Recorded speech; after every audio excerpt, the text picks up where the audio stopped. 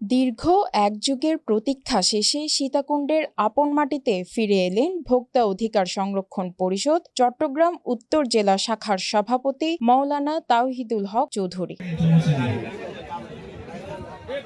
এই আনন্দঘন প্রত্যাবর্তন উপলক্ষে সীতাকুণ্ডের ঐতিহ্যবাহী চন্দ্রনাথ পাহাড়ের পাদদেশে আয়োজন করা হয় এক হৃদ্যতাপূর্ণ পাহাড়ে ভোজন অনুষ্ঠান।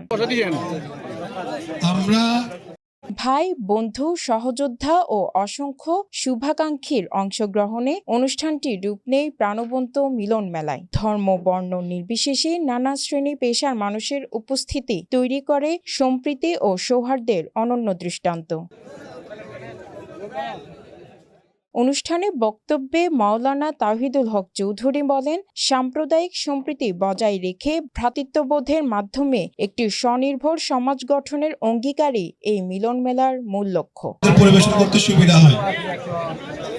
প্রকৃতির কোলে আয়োজিত এই অনুষ্ঠান ভালোবাসা, ঐক্য ও মানবিকতার এক অনাবিল উৎসবে পরিণত হয়। সীতাকুণ্ড প্রতিনিধি জাহিদুল ইসলাম রুমনের পাঠানো তথ্য ও ভিডিও চিত্রে ডেস্ক রিপোর্ট, নিউজ টুডে।